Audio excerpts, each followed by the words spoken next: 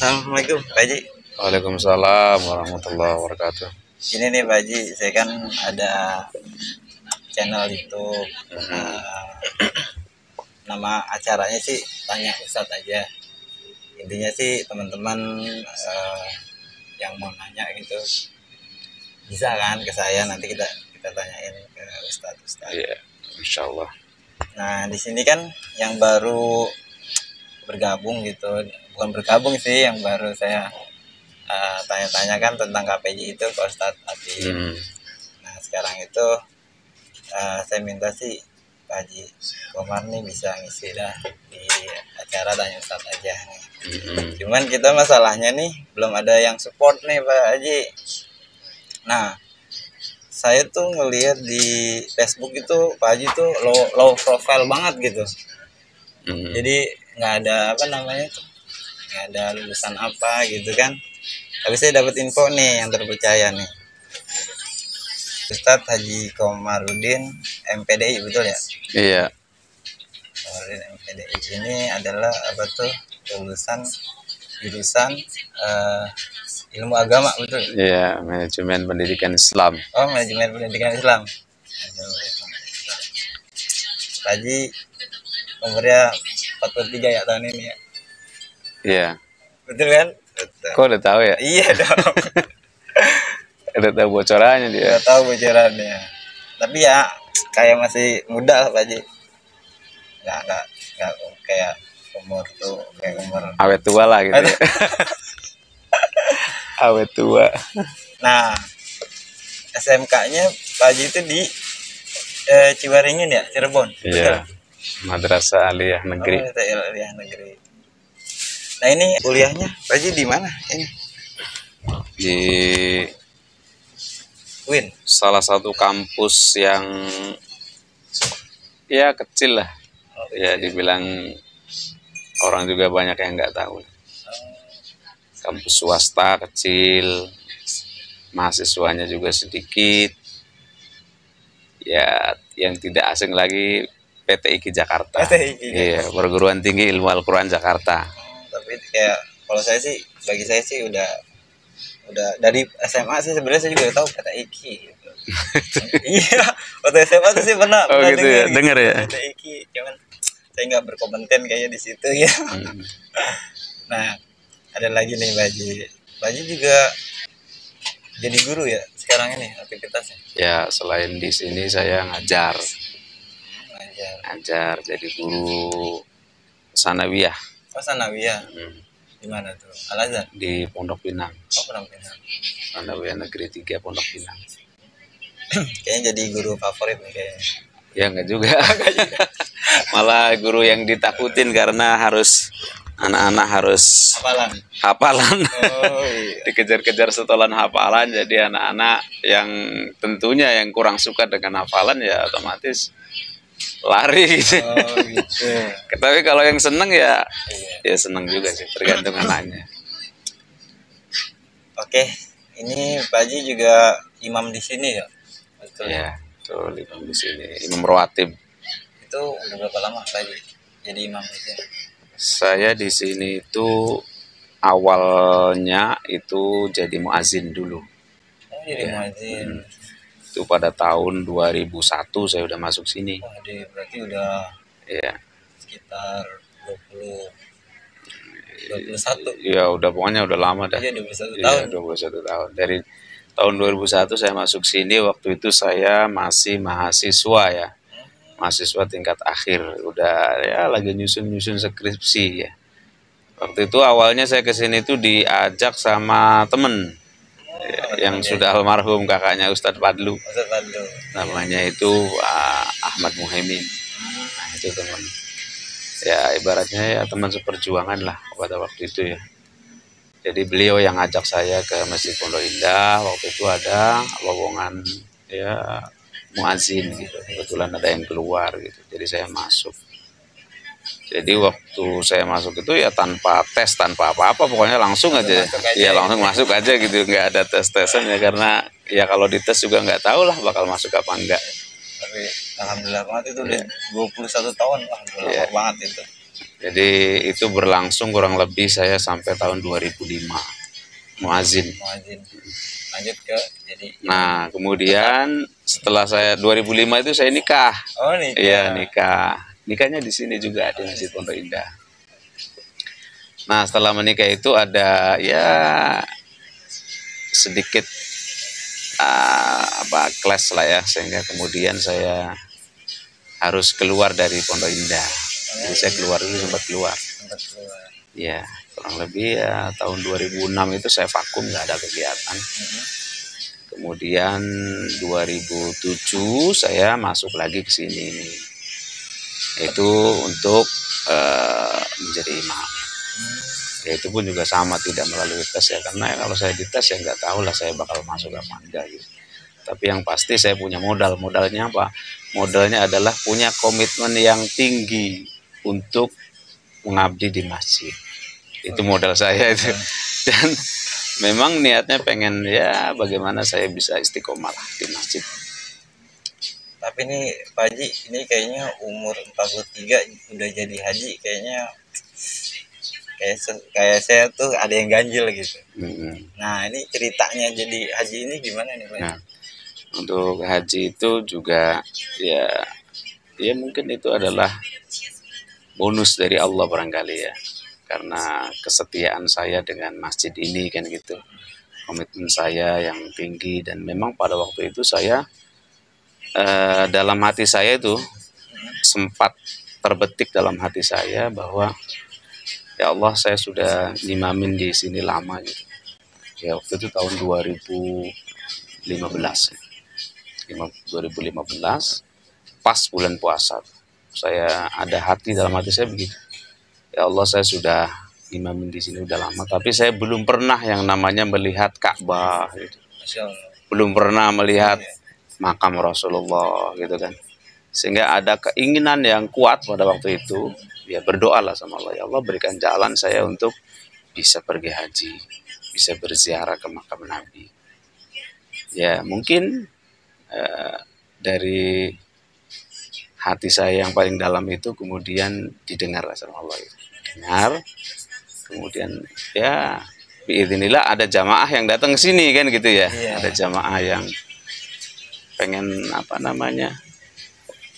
jamaah dari orang Pondok Indah itu, kalau saya boleh sebutkan namanya Pak Puce Sarfuan, yang punya iman jamak. Ya, yang punya iman jamak.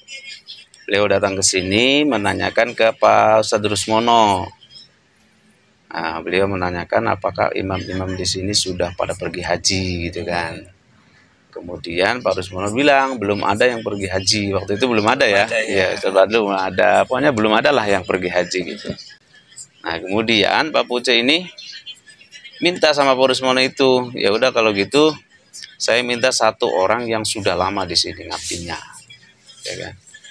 Untuk insya Allah akan diberangkatkan haji melalui undangan kerajaan. Jadi singkat. Undangan kerajaan itu spesial dong. Ya itu ya, kalau ibarat haji itu haji plus lah, 3 kali plusnya. Karena itu sangat singkat sekali prosesnya ya kan, tanpa harus ya nggak ada lika-likunya ya, paling langsung pada saat saya dihubungin itu sama Pak Rusmono, saya juga sepertinya tidak yakin gitu, apa iya itu saya bisa mau pergi haji gitu ya, karena saya kan belum daftar belum apa gitu kan, kayak dadakan gitu ya? dadakan. Jadi pas saya dihubungin langsung, itu gimana tuh rasanya pas dengar kabar? Ya saya hampir dalam hatinya sih kayak nggak percaya gitu. Ya ini bener atau enggak? Iya bener gitu apa enggak gitu, saya nggak tahu. Pokoknya katanya besok disuruh bikin paspor, saya bikin paspor. Nah kejadian yang unik pada saat saya bikin paspor itu, kalau orang kan bikin paspor minimal kan 3 hari ya. Iya. Nah ini karena mendesak dari kedutaan kerajaan Arab Saudi itu, ingin pada hari Jumat itu, atau hari Jumat ya, itu untuk dikumpulkan paspornya, jadi harus jadi. Saya baru bikin hari Jumat itu pagi. Iya. Nah pada saat saya bikin itu kemudian saya bilang kan ke bagian administrasi, bagian ini pembuatannya itu, bisa nggak kalau paspornya itu dibuatkan pada hari ini jadi gitu, siang ini jadi. Wah, kemudian dia marah-marah tuh, bagian imigrasinya itu, ya marah-marah, katanya emang kamu siapa gitu kan, pangkat kamu apa gitu kan, kok nyuruh-nyuruh langsung jadi, di mana-mana mah nggak ada 3 hari maksimal minimal lah. Itu paling cepat banget. Iya, paling cepat banget tuh 3 hari itu udah kelas pip lah. Iya. Kadang ada yang seminggu kan gitu ya. Nah, akhirnya saya telepon Pak Puca kan, Pak ini gimana ya Pak? Nggak bisa Pak kalau sehari ini belum jadi.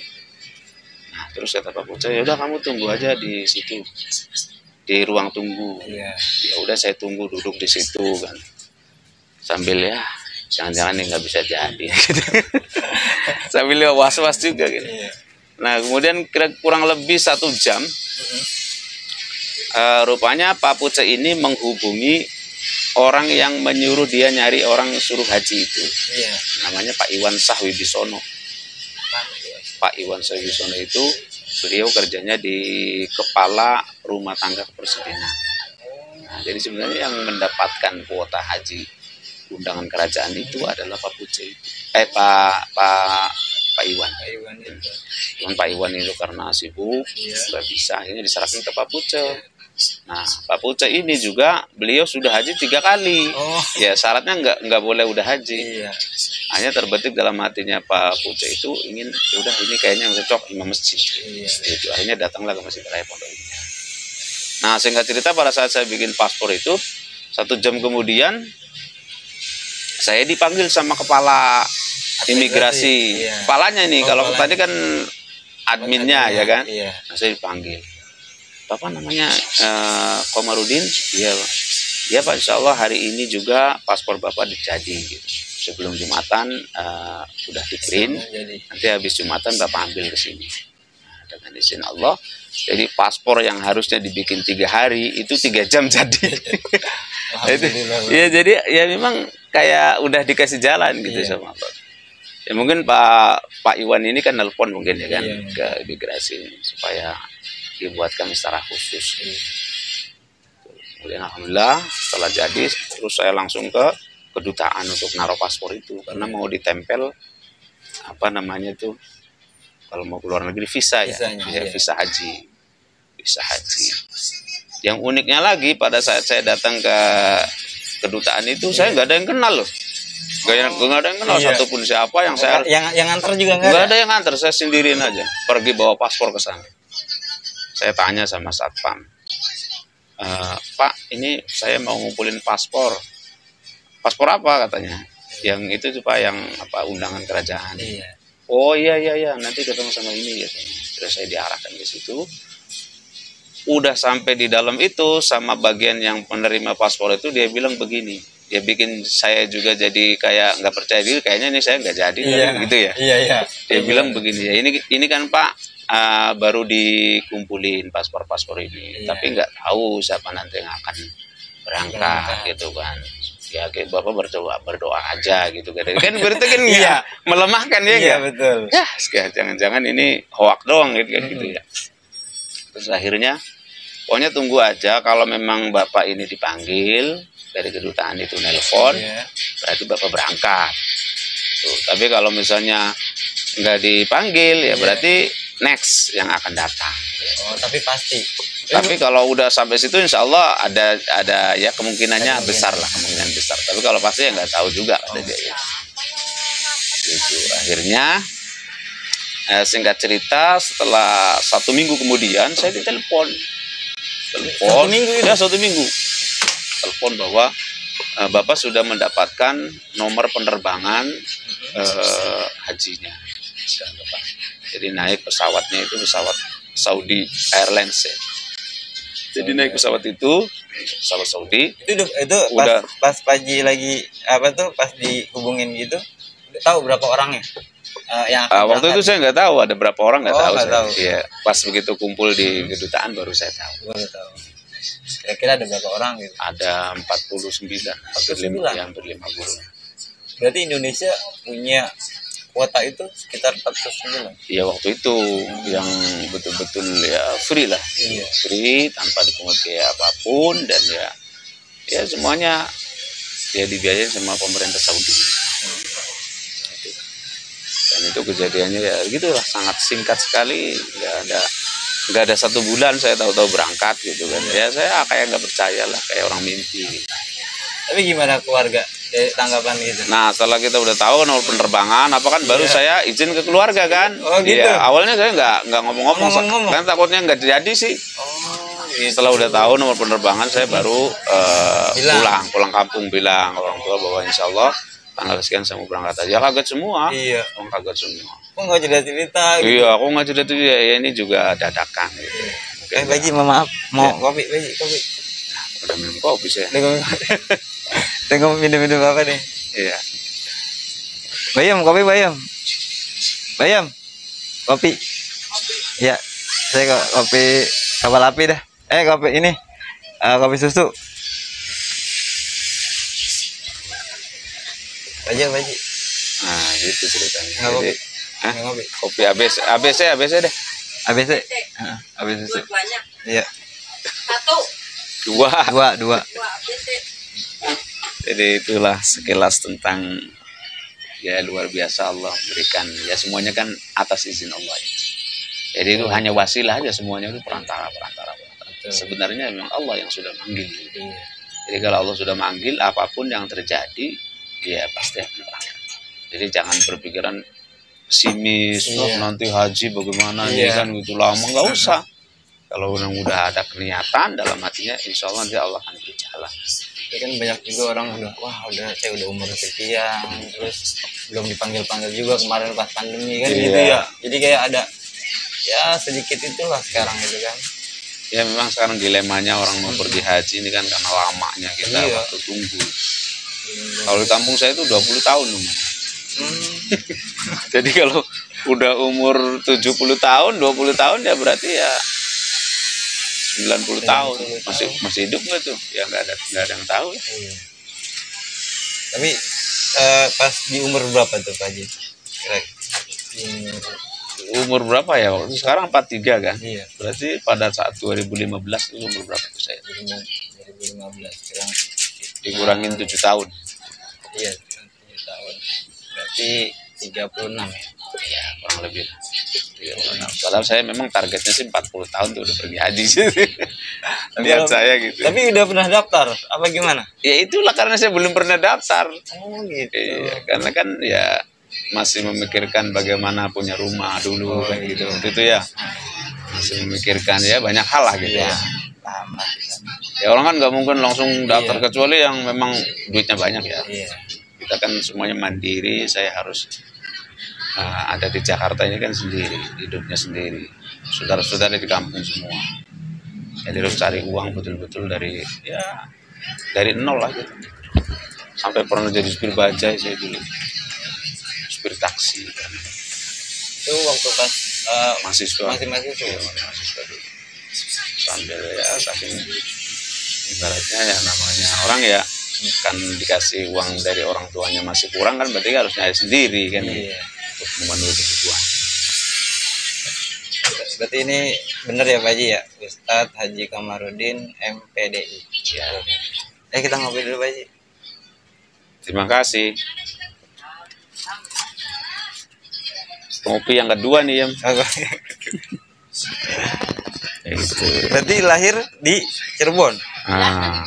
Lahirnya di Indramayu. Oh Indramayu. Di dalam. Iya. Saya asli Indramayu. Orang tua di Indramayu, kelahiran di Indramayu. Mondok di Cirebon. Mondoknya di Cirebon. Sambil tadi SMA tuh. Iya, sambil sekolah aliyah. Alias aliyah.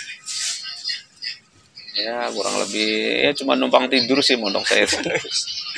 Oh kenapa? Emang pulang pergi gitu enggak? Ya enggak juga, artinya ya dengan mondok 4 tahun kan nggak lama gitu. Oh, iya. Kalau secara ilmu itu keilmuan itu ibaratnya belum matang. Ya, kalau orang mau mondok itu biar matang itu kan ilmunya paling nggak 7 tahun. Sedang lah. Saya 4 tahun karena memang sebenarnya dari awal tuh pengen mondok dari lulus SD. Ada nggak motivasi buat para imam-imam yang lain gitu Pak? Dari Pak Haji sendiri. Motivasi untuk imam-imam yang di masjid lah gitu, supaya kayak tadi apa tuh yang nggak terduga kita niatan haji gitu kan.